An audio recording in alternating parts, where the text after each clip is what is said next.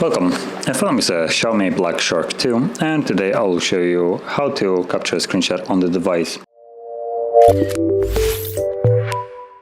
So to start off, you want to open up the content that you wish to capture, which as an example, I'm going to use the simple home screen that is open right now.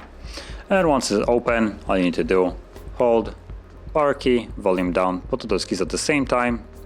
You'll get this animation, at which point you can let go, saving screenshots or screenshot as a single one, and that's about it. From here you have a couple of toggles. You can share, edit, or delete, and if you choose to just ignore this message, it will go away, and the image itself can be found in your photos. So let's go into here, and if we actually go into the, there we go, photos or albums, it looks like we have screenshots. There we go.